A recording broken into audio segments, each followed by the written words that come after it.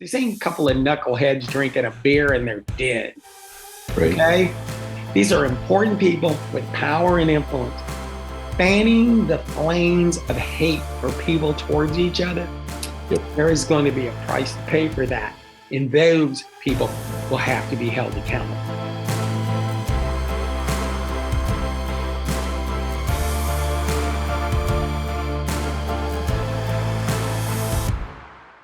All right. It's another episode of Two Average Joes. Glad to see everybody here. Mr. Baker, an interesting week. I'm sure people will be surprised what we're going to talk about. Yeah, well, we're going to talk about Kyle Rittenhouse's acquittal on all charges in Kenosha, Wisconsin. And we didn't talk about it pre-show, but also the Russians are amassing at the border of the Ukraine. If we get any time for that, we might want to mention that. We're gonna probably mention it while you were asleep, World War II. Right. I do think we'll have time for that.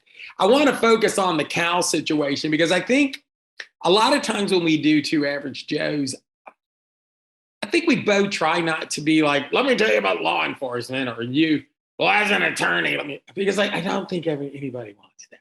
And then sometimes I don't think it would be appropriate. But today it is, okay? Listen, for a lot of our listeners, there may be a different view on what happened with Kyle Rittenhouse. But I got to tell you something. There's a few things I think we have to talk about that are beyond the case. He was found innocent of all charges. Apparently, the media lost their mind and didn't understand that in many cases, but that's the way it works, okay? But here's the interesting thing for me with Cal. He's 17 years old at the time, and I want to keep that in mind when I say it. But I think there's a little bit of lesson here about not putting ourselves in harm's way. And I know there will be people that disagree with me. They'll go, well, Joe, he went there to do good. I didn't say he did. But if he had called me up and said, hey, Joe, I'm thinking about going, I would have said no. Okay? I know there'll be people that don't like that, but I'd have said no. Okay? It does say a lot that people were there trying to protect their businesses because apparently they had no confidence in the police or the government. So I understand it. But I think after you're done watching the show for however long it takes, you will understand that we're only trying to care about you. Okay? There's going to be a time where maybe you have to protect yourself, but I want us to always protect ourselves in all ways. One of the things that came out of this that was very interesting was apparently, and I'll let you comment on this, Mr. Baker, that there was some problem getting some evidence to the defense attorney. That would never happen. Say it ain't. Yeah, I don't know whether, if you're new to this show, Joe's a former administrative and law office enforcement officer on the highest ranks. And I am a practicing attorney, and a lot of my practice is criminal law in Southwest Michigan. And every criminal case that we have in Allegan County and the contiguous counties, which is about 5 or 6 different counties, most counties I have a difficult, if not impossible, task of getting discovery from the prosecutor's office, which under Brady, which is a United States Supreme Court case, that if the police have it, then the prosecution has it. But they always say I'm on a fishing expedition, even though the evidence is listed in an incident report from the police department. But I get it every single time. They go, Mr. Baker is on a fishing expedition. And I'll show the police report. And I say, well, right here, it says I have one right now where there's a rape kit that was supposedly for a year hasn't been submitted to be tested. And I just had a preliminary examination kicked out for 90 days for them to do what they should have done a year ago. Right. And in this case, supposedly there was a drone video or some type of video that was given to the defense that was grainy and you couldn't really see what was going on. But then when the trial came up, miraculously, it was clear. Evidently, they had done some enhancements to it, and evidently it surprised the defense. And I believe that there was actually a mistrial motion filed based on this specific evidence that was not given to the defense. And, as a police officer or former police officer, I'm sure you've never been part of any of this kind of Shenanigans. skullduggery. Well, honestly, being in the courts and doing the things, and I spent a lot of time. I was an administrator. I was actually the chief of police in Columbus, and I was a captain and stuff. So I was not in court at the end of my career as much as people would think. Okay, I'm just be flat up with you. But in my short time when I was in court more, I didn't really deal with anything where anybody was complaining about that. Most of it was whether or not your eyewitnesses were any good or any of that, or we fill out our paperwork right. And believe it or not, us not filling out our paperwork is a big deal. Okay. I don't want to make it sound like when I was in Newport News or in Columbus, nothing happened. I just don't want to give the impression to anybody listening that I was in court 365 days a year. Because in one of the weird things about police work is the further you go up the chain, the more you're a little detached from the actual day to day. Okay. And that's just being fair and being honest. But one thing that I will tell you what is that dealing with police and then dealing with citizens and dealing with the day-to-day interactions that I am a lot more aware of and a lot more comfortable with. I think that's why this is going to all sound strange, but if follow it around, I'll come to my point. Early in my career, I did a lot of crime prevention and community police work. Okay, and part of that was crime. And part of it was talking to citizens. And inadvertently, occasionally, like every meeting you ever had with a citizen, ever, there's that one person that wanted to know when they could shoot somebody. I don't care what you're talking about the Easter Bunny, okay? You be talking about Santa Claus until you raise your hand and go, "Not what you're saying, John. Somebody tries to break in my house. When can I kill him?" I'm like, I'm gonna be honest with you, that's a little tough question. And let me explain something to you. If you do kill somebody, there's probably going to be an investigation. That's the way it works, right? Yeah. So for people that were stunned that Rittenhouse was actually investigated or even went to court, yeah, it's not like they were going to walk away, regardless of the situation. Okay. That's why you need to protect yourself beforehand, because this is what we would have said to people. We would have said, if you do something, it's going to be scrutinized. And it's more than just doing what you think is right. It's going to have to be right in the court of law. Okay, it's going to have to be right under supreme scrutiny. Okay, and the best to do is not to put yourself into that problem. Okay, so there's one thing that we have there. Now, Kyle's situation, he's there from what it looks like. He is under attack as they're hitting him with skateboards and everything else. And he did what it took to take care of himself. But I think there's some other issues, because I think if we just talk about that, I think that's been talked about. You have the right to defend yourself. Okay. So there's one thing about that you have to kind of keep that in perspective. Okay. You have to take care of yourself, but try not to put yourself in harm's way. The second part that I hope people will notice, and this goes back to what you were saying, and I hope you'll expand on it. Don't think the court system is on your side. Yeah. The prosecutors are called that because they prosecute. Right. And you might want to explain to them who has the edge when you have that happen. Well, this is what a lot of clients, when they're sitting in front of me, usually crying, they're not having their best day when they come to a criminal defense attorney's office. And then they find out that the whole power of the state is against them, and all they have is me, or whatever defense attorney they choose, the United States and state constitution, if it's enforced, or how it's enforced in the state or locale that they're in. And then the last bastion of democracy, which is the jury. Okay, and they're denigrating all of the above. Okay, they're taking away my ability to defend people in different aspects. They are denigrating the Constitution, the United States, and the Michigan Constitution. And luckily, the Michigan Supreme Court here recently has stepped up and started enforcing and strengthening that. But that's And I've been practicing for almost 20 years, and that's recent. That isn't. There was a guy who I knew who was a criminal defense attorney, and I said, "Why aren't you trying any more cases?" He said, "Well, the United States, the Constitution is suspended in Michigan." Because he used to try 100 cases a year, and then I asked him, and he said he was only trying 3 or 4. And so, what you have is not only you have the full power of the state as far as investigatively. You've got whatever local investigative agency, you have the state investigative agency. In some cases, you have the FBI or whatever else acronym of the federal agencies that back up everybody else.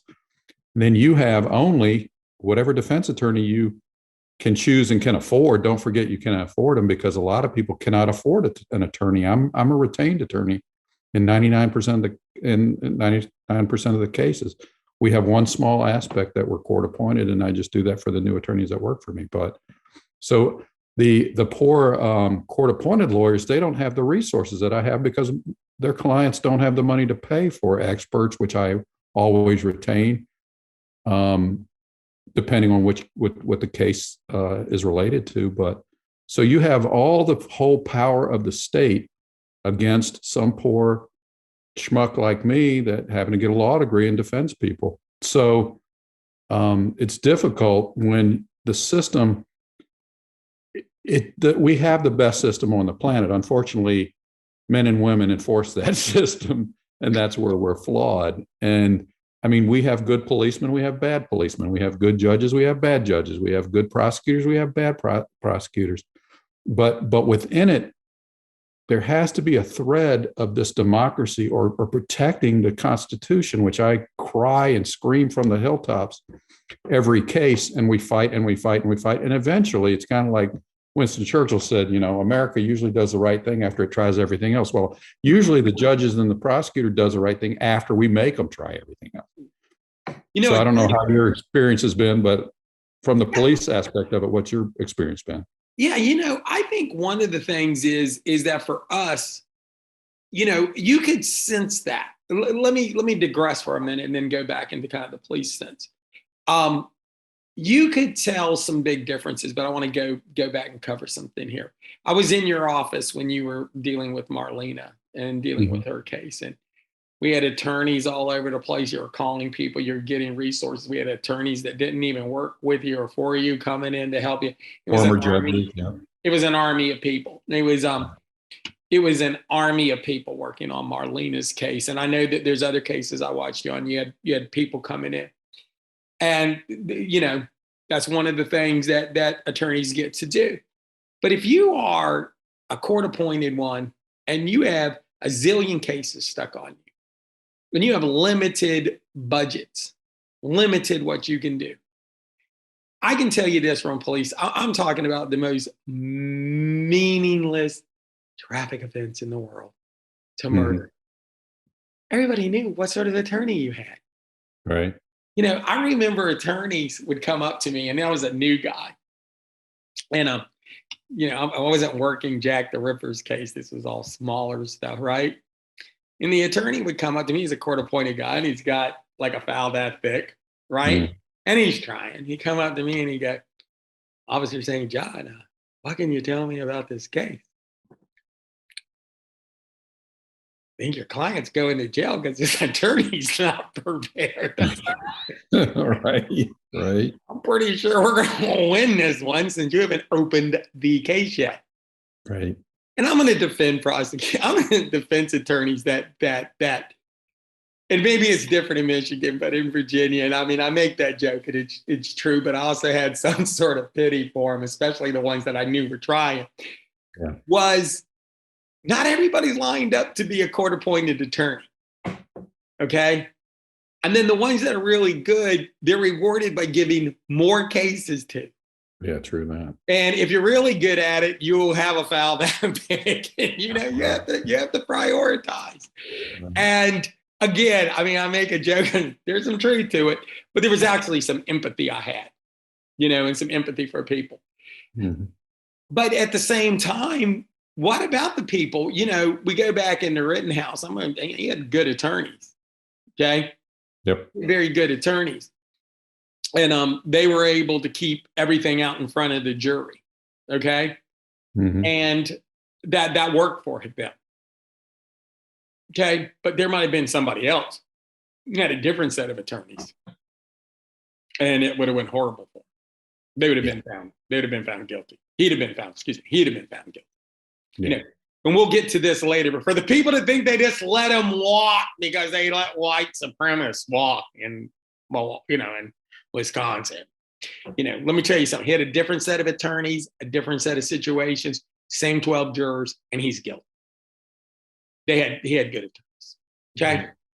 And I think that should be definitely looked at.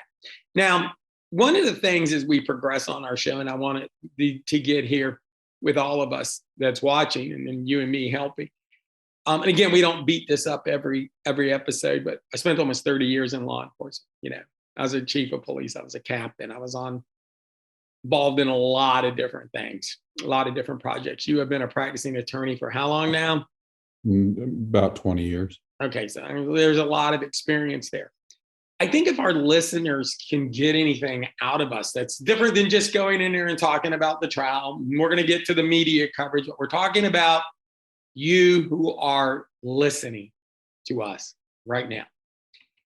You need to do whatever you can to protect yourself. And when I say that, I don't mean just physically, mentally, in every other way. Mm-hmm. The machine that we call the justice system is not to be fooled with. I'm going to tell you something. I used to tell people this because every now and then you'd go into court and something would happen in court and somebody would be let off. And you'd be like, what the? Right? I mean, you testified like this 27 times, on the 28th time, it's wrong, right? Right. You're like, oh, they pulled that out of their butt, right? Mm-hmm. But I think it applies to both sides. But I only want to talk about our listeners now. You will not be surprised that justice is blind. I wasn't. It's when I found out that it was also deaf and dumb that I got worried. Yeah. Justice is blind and deaf and dumb. Okay. It is in many ways stumbling. Mm-hmm. And I don't think it's ever been stumbling more than it is right now, because a good legal system, even one that's worse than ours, that has it's not as fair as ours, okay? But did not listen to public opinion would be better than our system. We really listen to public opinion. We do things for political clout. And we're not going to get lost in it too much, but, Duke Lacrosse case, in case you want to check it out. Okay? We're doing things now that it's not unethical in some sort of sleazy, behind the scene, behind the curtains.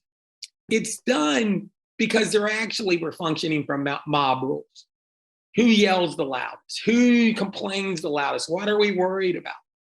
Mm-hmm. We gotta do something. The angry mob outside. It's like, mob justice, just what we need. Okay. And anybody that was watching that case with Rittenhouse, I was wondering if the jury was going to have the guts to go, no, he's not guilty. Mm-hmm. They did it severely. Okay. Right. They handled it well.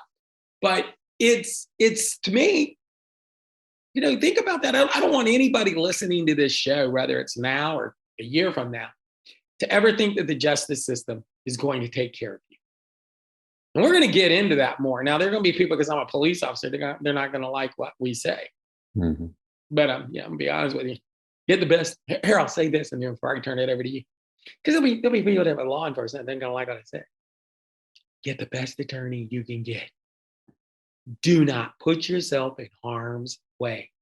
Yeah. Ever, no way, no how. Take care of you, take care of your family, your friends, whatever you got to do, and you can get all mystical about anything you want to.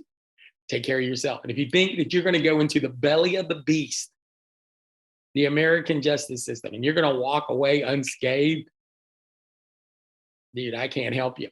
One of the things that I want to say is I want you to comment on something. We're not talking about particularly your case, but cases in general. Mm-hmm. How much the system, not a case you work, case you know of, how much the system takes care of itself. For those that still think I'm just being, you're going to let the chips fall where they may. Please don't. Listen to us. You more than me, because you're in it now. Right. How much the system just takes care of itself, how it perpetuates itself. Yeah, it's a little bit inbred because a lot of, in our county and other counties too, the prosecutors become judges. So in our specific county, I believe it's 5 out of the 6 or 4 out of the 5 judges sitting on the bench are former prosecutors, and the former prosecutors from this county. So most of the prosecutors that come in front of these judges worked with or for these prosecutors. So it's very inbred and incestuous, and a lot of the rulings are suspect because they're almost prosecuting from the bench. Some of these people who are sitting on the bench, as they have longevity, they lose that, and I think they start leaning towards the Constitution, as I think Martin Luther King said, justice bends towards, what is it? I forget what to say. Delayed. No, it's something about bending towards justice. Yeah. I forgot what the actual quote is. It'll be in the link downstairs. Yeah, I butchered it. But anyway, that's what I believe they start. Like we have one of the most, he's the only one that isn't a former prosecutor judge here in Allegan County, and he's really upholding the Constitution here recently. It used to be if somebody got pulled over and there was pot in their car under a seat, if there were 5 people in the car, everybody in the car got charged with possession. Okay, I don't totally unconstitutional, but it flies in other courtrooms, and this flies out everywhere. So. Does it? Well, they have to prove who owns it. There is that thing about proof beyond all reasonable doubt, and just because there's pot under the seat, there's a person who owns the car. There's 4 other people sitting in the car with the driver. So you kind of got to prove who owns it, fingerprints or something. But anyway, just a little tied up on it. Right. But so, yeah, it perpetuates itself in a worse and more systemic way, is that everybody in the courtroom knows when a policeman gets on the stand and he doesn't tell the truth. It's pretty blatantly obvious. It's very difficult for a defense attorney to prove that officer's not telling the truth. And when you catch them, then they go, oh, he misstated, he forgot, he didn't remember correctly. He misremembered. He misremembered. But when my client does this, it's perjury. So, so this is the self-perpetuation of that was what I think we said from the very beginning. I feel that there's systemic failures in our system. Now, granted, you do have like the Rittenhouse case where justice worked. Okay, the jury system worked. But you have a then presidential candidate Biden saying this kid was a white supremacist, which there's no proof anywhere that he had any run-in or even close to being a white supremacist. Right. So. Now, I'm not an attorney, but I hope I don't think you can sue the president. But for everybody else, they called him a white supremacist with absolutely they went through his computer from what I heard, not that I did it, and he had no white supremacist stuff on it. Right. But yeah, I hope he does sue. I don't know whether Biden was not the president at the time, and I was reading some articles today where I believe that he may have exposed himself to slander or libel or one of those other things, because he did a Twitter feed, evidently, which, everybody, a politician should learn, which we told Trump he should learn from that, but he doesn't. But right. And he had put white supremacist and then showed his picture up there in a Twitter feed or whatever. And I believe that is slanderous, especially when could that have tainted a jury pool? One would hope not. But they were hoping so. Let me tell you something. There were some people disappointed. They had, I think, and we're going to get into this more, but I want to stay on the trial, and I don't want to stay anything other than, this is about taking care of people who listen to Two Average Joes and people who, want to know how to take care of themselves. You can be right, and you can be 100% correct. And you may not be able to climb out from the accusations. And I think one thing that Rittenhouse has is that the film shows the guy hitting him in the head with a skateboard. There's, they're trying to stomp on him. Other people have guns, and he has that to go from. But here's what's interesting.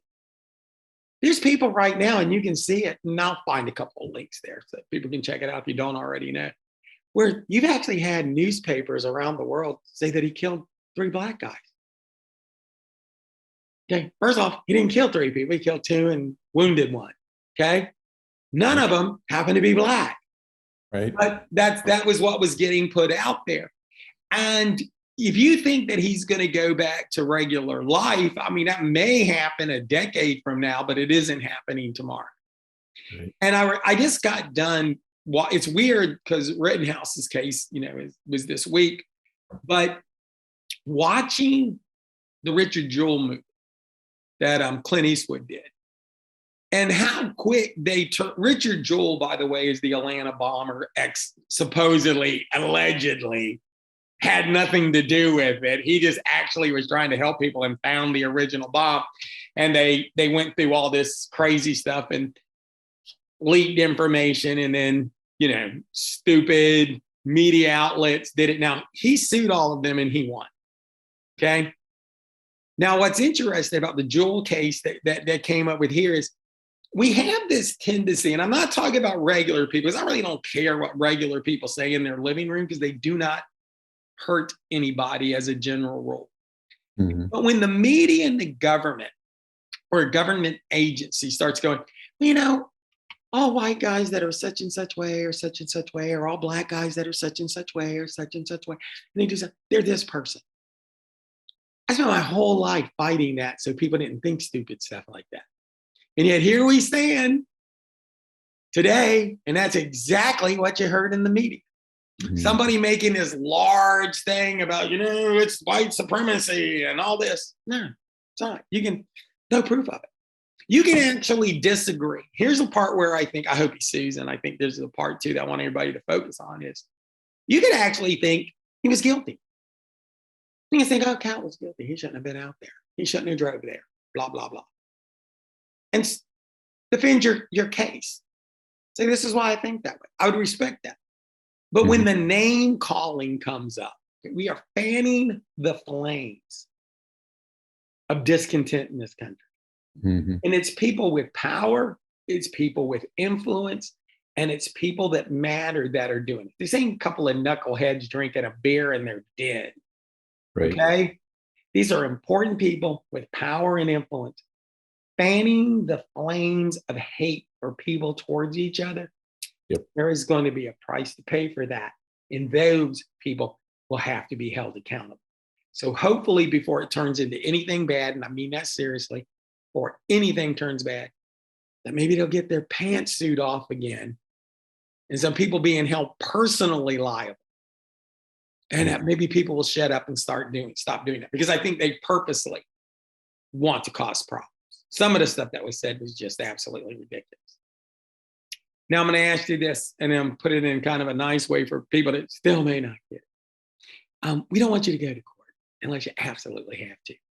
There is a perpetuation of things that happen. And as our podcast grows, we're going to do more on some crime, and we're going to do some more on protecting yourself. And one of the cases with Gary Leiterman, who was convicted of murder in Michigan. We're not going to go into all of Gary's case right now, because I'm saved that for another podcast, or 5 or 6. Okay. But I do want to share this with you. His DNA showed up somewhere that there was no reason his DNA should have been at, and somebody else's DNA also showed up. Yeah. Another person's DNA. Leiterman gets charged with a murder when it was a murder that was part of a serial killing that occurred in Michigan in the 60s. Yeah. And all of a sudden, it's not a serial killer anymore. It's Gary, because they found some trace evidence. I believe it was trace evidence on the suspect. On the victim. Mm-hmm. And also somebody else's DNA on it. To which I believe, what did the judge say about the other DNA? Lost to history. Lost to history. That's it. Somebody died in prison because the judge sees the contaminated evidence and says, it's lost to history. Yeah, he had a right to stand up and go, this is contaminated. But this is where I want everybody, follow the bouncing ball. For them to have done that, they would have had to go after the state lab. Yeah. And they weren't going to do that because if they went after the state lab on this one, there were other problems. We're not going to get lost on them, but there's going to be other podcasts about Gary Leiterman. Right. Okay. You would have shut down there and people would have got off that were guilty. And they were, in my humble opinion, and I've looked at this, they were willing to sacrifice Gary for all those other cases. Yep. And I believe that in my heart of hearts. And we're going to talk more about Gary Leiterman's case and the murderer that's part of a serial killer. Give me Collins' first name again, or is it's John Norman Collins. John Norman Collins. I'm not saying the guy was a homicidal maniac, but he had the misfortune for homicidal maniacs of creating his crime spree during the year 1969. So it's kind of hard to beat Charles Manson off the page, who, by the way, was not a serial killer. Sorry. We'll talk about that in another. Now that we're taking it for Charles, it's just people just need to start paying attention to the court system and what they did. If it wasn't the same summer of Charles Manson, he probably would be as famous as Ted Bundy. Yeah.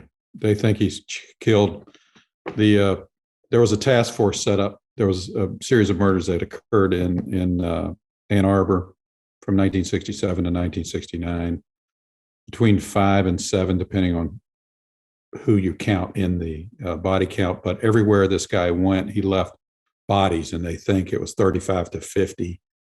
He went to California. There's an unsolved one out there in California where the body was found in poison ivy, and John Norman Collins was out in California with poison ivy at the time.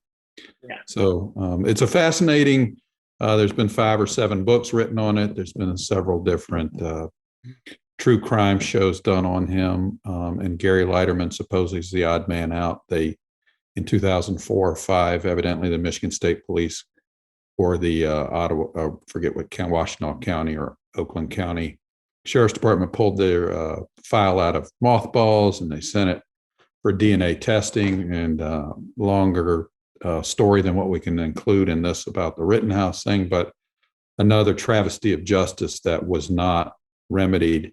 And Gary Leiterman died in prison a couple of years ago on the 4th of July, Independence Day, of all things. But yep. And so we are going to address that. And I think, like I said, I think at the very beginning, the early episodes, I don't think we wanted to beat people to death. Like, I'm the police. He's an attorney. We know these things. Mm-hmm. But I also think that the program has evolved to being this. Okay. The program has evolved to being this. Because what we're trying to say is you're going to turn on somebody else and they're going to talk about Kyle Rittenhouse, and they're going to talk about the media, and they're going to show you pictures. I'm going to put a link down there, and they're going to talk about all this stuff. But do they talk about the fact that that was actually jury tampering? They're tampering with the jury. That's all this is. It's jury tampering. And it's how far will the government go to ensure that they can get their narrative? And they know no limits, okay? And you can get there and get all conspiracy theory and all sinister and all this other stuff. And, Joe, go back to John, the Collins case with Gary Leiterman, okay? Make no mistake, when you get done, when we do the podcast on this and they're coming, you're going to go, wow, they're right. They just didn't want to blow up the lab. The lab was doing all sorts of shady stuff. Yeah, no, there was one of the lab tech. Well, the supervisor was caught and quickly retired because he had people taking his testing or certifications for him. There was a lab technician, and this is famous, if not infamous or internationally famous, that she was testing her husband's underwear because she thought in the lab around that time, I think. Mm-hmm. Because she thought he was cheating on her. And this was things that were happening. And that there was this contamination event in Gary's case where I think the kid was 4 years old at the time, had no connection with anybody in the alleged victim or the victim's case, but had grown up and axe murdered his mother. So his DNA happened to be in the lab at the same time. But the DNA, when he was 4 at the time in 1969, showed up on the victim's hand, supposedly. So, I mean, look it up. we'll have several episodes on this and we have, I believe it's his cousin that we'll have on that was part of the trial and who has unique insight to it. And I'm going to tell you something. So you asked, why are you bringing up Gary Leiterman with this Rittenhouse case? Because we're looking at two people who know how far they will go to prove what they want to prove, and will just totally let reality and evidence slip out the door. So you bring it full circle. That's what we're asking. Do not put yourself into the belly of the beast. Yeah, I don't know whether you saw the picture, but okay. So the prosecutor picked up the AR-15 and pointed it with his finger on the trigger. Yes. He was. Yeah. Now, I did a trial up in Grand Rapids, which was a stabbing, and I had a black defense attorney with me. He picked up the knife, and they almost tackled him. Mm-hmm. The bailiffs almost tackled him for picking up the knife when in closing statements. Right. So why would a prosecuting attorney be allowed to point a weapon at a jury and with his finger on the trigger? I mean, what planet, even though there's Saturday Night Live dogged the judge and said that they implied like the Rittenhouse was his, that he was his lawyer, basically, that the judge was defending Rittenhouse. But who would allow that in any courtroom? And that, how could that not be prejudicial? That's what I'm saying about when you and I were talking about the prejudice nature and what you really have to face. Mm-hmm. You know, that to me was a mistrial event. I don't know whether they ever objected to it. I don't know whether ever. You know, and here's what's interesting. You can get something like Saturday Night Live. But by the way, you sent the link, but the fact that I knew it was going to enrage me, I chose it. Right. But it would enrage me. I said, screw it. I'm not watching it because we're getting ready to do a show and I didn't want to spend 45 minutes talking about a bunch of people who apparently used to like Alec Baldwin, you know, and would have defended him until he shot and killed somebody. And apparently this guy was from the prosecutor was from the Alec Baldwin School of Gun Safety. Okay?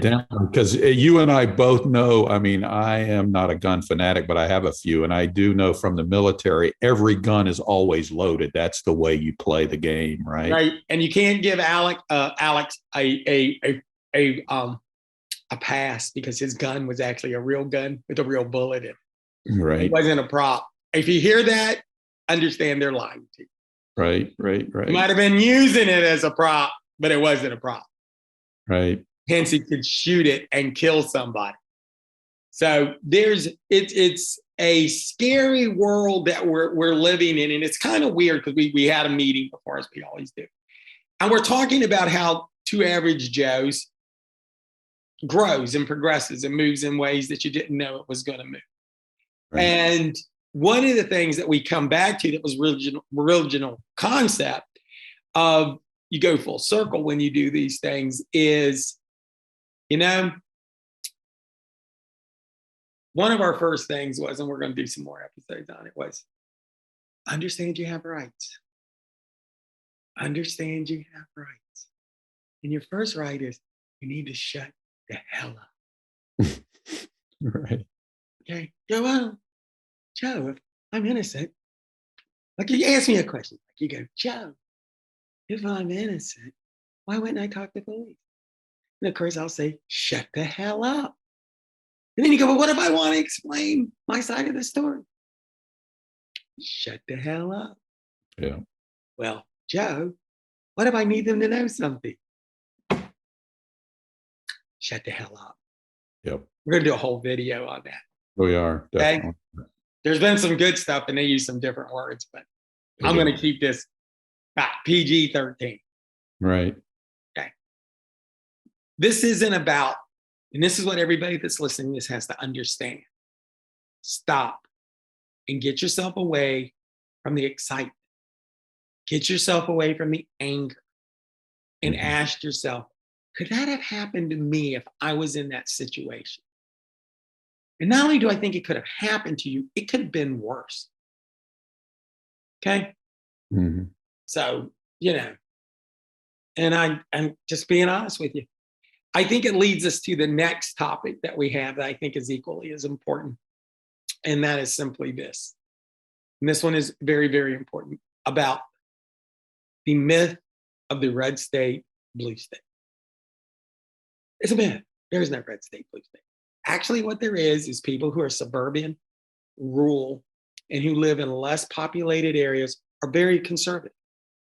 People who live in highly populated areas with a lot of people, and Northern Virginia, to go back to the Virginia thing, the election, they're very, very, very liberal. So when you hear people, I mean, even on some of the conservative news sites, they're like, Virginia was purple, was blue, was red, no. Virginia is a bunch of conservative people where main centers of population do not even come from Virginia. They're there for jobs, nothing wrong with that. And they're there for their careers, nothing wrong with that. But they fundamentally overturned what Virginia was. Period. End of story. Look, demographics. I know this is it's really, Joe's a bad man. Demographics is destiny, man. Whoever lives there votes. So you can move to Virginia, have absolutely nothing to do with Virginia, and as long as you meet the qualifications of being there long enough, you can vote for things that have nothing to do with the history of Virginia. Okay. That was what you and I had talked about it, because I'm from Virginia, as are you. Yes. And for the longest time, I think Virginia was a Republican state. And then when that Washington corridor got filled with people from God only knows where, I don't know where, but it turned Democratic, and it has been for 20, 30 years now, right? No, it was 12 that it was hardcore. It started moving about 20 years ago in that direction. In the last 12 years, it's been Democratic. And then, of course, right when they didn't think you could do anything stupid enough to make it Republican, they figured out a way to do it. Right. And they did. And what did they call the new governor of Virginia? Oh, he's a white supremacist. He's a white supremacist. And what's his lieutenant governor? She's black, but she's a white supremacist too. That's the narrative. That's what it's kind of like calling everything Nazi. Everything becomes Nazi. Everything becomes white supremacist until, I like what you say is they should start smacking people in the mouth. I'm not saying, physically, but legally and verbally, when people start calling people out and calling them white supremacists, because it's meaningless now. And they've proven that they don't know what they're talking about. A good example is Larry Elder, I think, who ran with it when they were doing the recall for the governor of California, right? And those that don't know, Larry's black, but he's also a white supremacist. He's a tool of white supremacy. Like, the dude's just trying to be governor, He's not a white supremacist.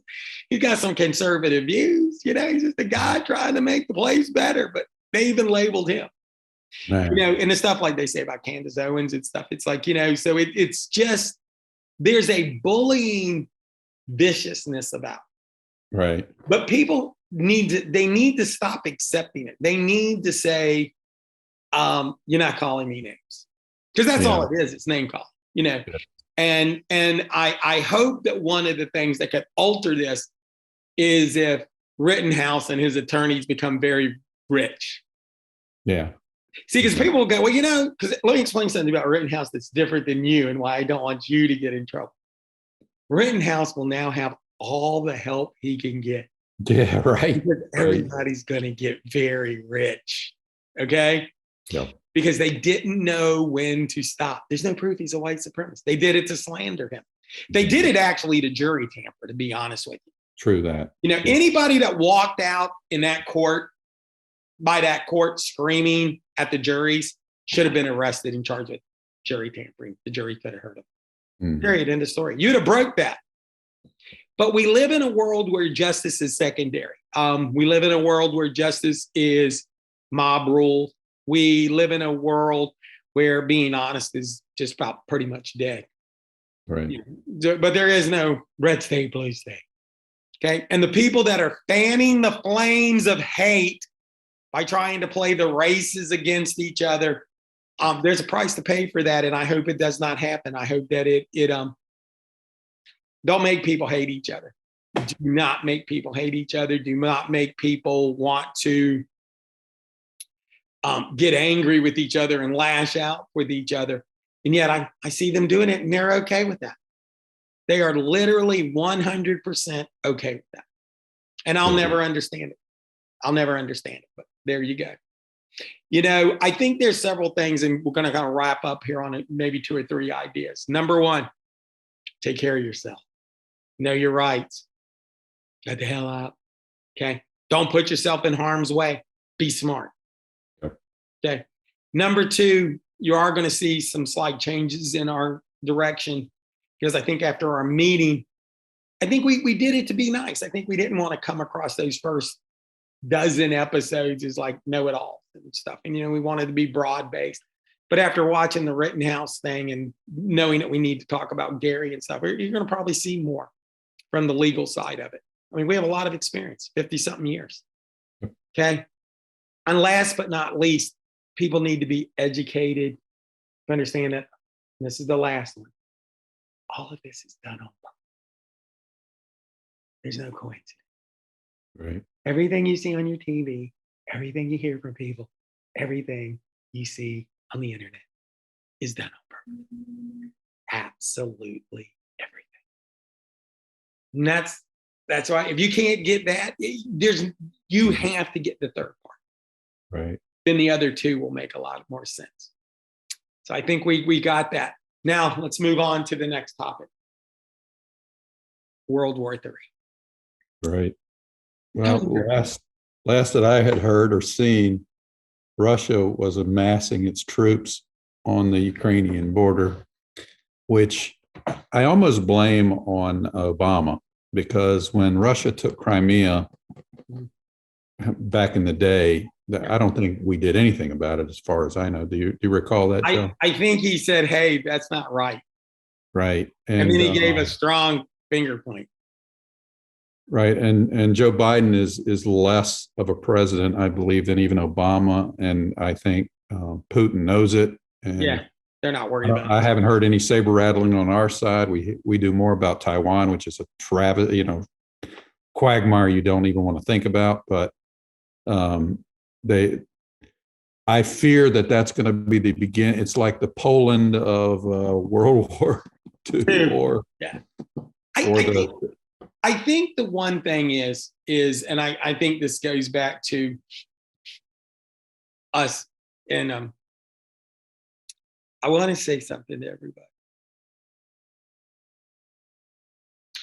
People do not hate us because of our freedom.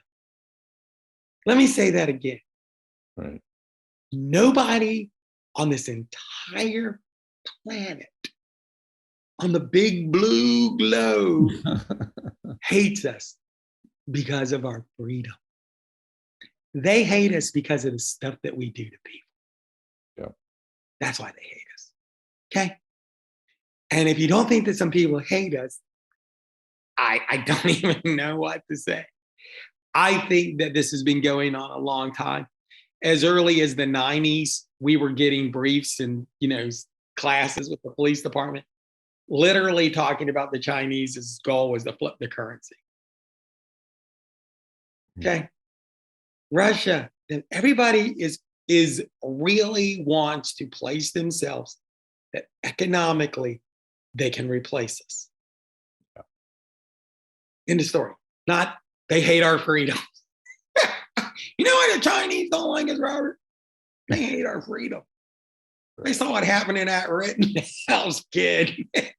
They said, right. Oh, I don't want to be free like that. Right. I don't know what in the name of Mao Zedong you're thinking, but right. Cricket. Right. No, I do think. I think there's a lot that is make believe. I think there's a lot of people who actually believe that we're all going to be driving electric cars, that nobody's going to use fuel and they're not going to use coal, and that we're going to be energy independent and nobody's going to worry about money anymore. And if you think everybody's going to let that go easily, or you don't think that people don't want to be the dominating currency, mm-hmm.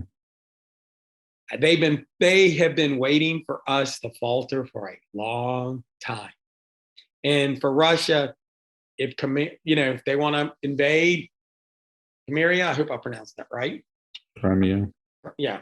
There we go. Well, let's go with that.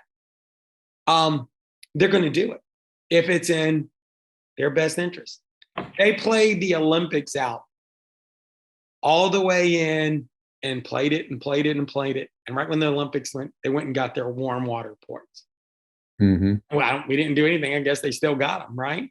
Yeah, they do. They're not worried about us. I think there is this aspect, and this is a weird, I know that conservatives won't want to hear it. Liberals, I don't know what they're thinking. Trust me, I don't have an idea. But I still think that people believe that there's this some sort of fear factor that people are trembling in their boots with America. And I just don't see it. I mean, I don't even think the, Afghans are worried about us. I'm confident they're not. I'm confident they're not either. So yeah, we're going to do that. I'm going to put a link down there. I think people need to pay more attention to real global news, not the global news you're getting off our cables where we're all going there and getting rid of it. We're all going to get out there and we're going to clean up the world. There's not going to be any oil. Not going to be any coal. Mm-hmm. You're just going to plug your car into this magical box and electricity comes out. Mm-hmm. Listen, dude, there ain't enough windmills on this planet to keep us up in the power we desire. Okay? Somewhere, someplace, somebody's going to be burning something. So we'll see. But that currency thing is a big deal. It's a huge deal. The Russian thing is a big deal. Yeah. By the way, for those that don't know, one currency, U.S. petrodollar. Everything is based off of it. That keeps us in power. That's how we can have $75 gazillion worth of debt. That's how we can print money like there's no tomorrow. He got Biden, didn't he get 1.75 passed, and now another couple trillion they're working on right now? Yeah, they're going to try to get another $1 trillion so they can, I don't know. Probably some of this stuff will benefit me. I just want to know where the money comes from. It's when you go to put gas in your car, then you'll know where the money's coming from. Yeah. But he's got a study going on. I think them oil companies. That's what I think. I think they're jacking up the price on it. Mm-hmm. At least that's what the chip in my head saying.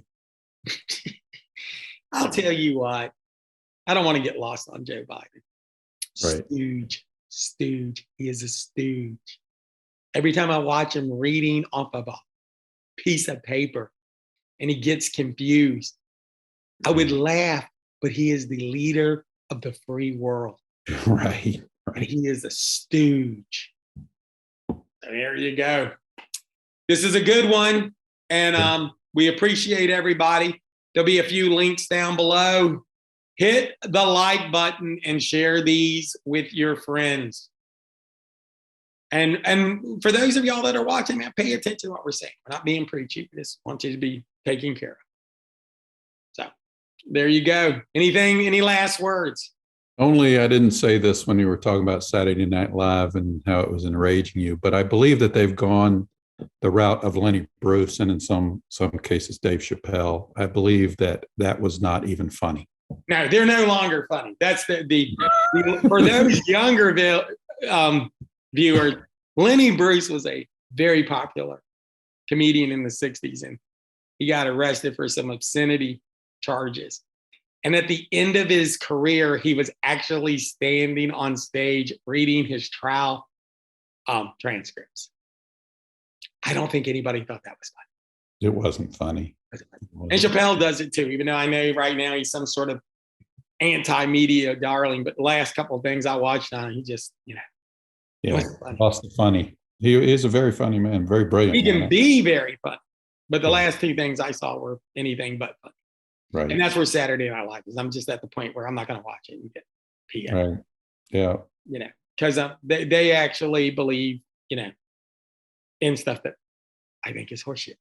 We can dump the link in and everybody could, view on their own and see what they. I'll throw the link in spite of myself. I'll put the link in. Right. Well, at least we give them the option to see if they laugh about it. In spite of myself, there will be the link.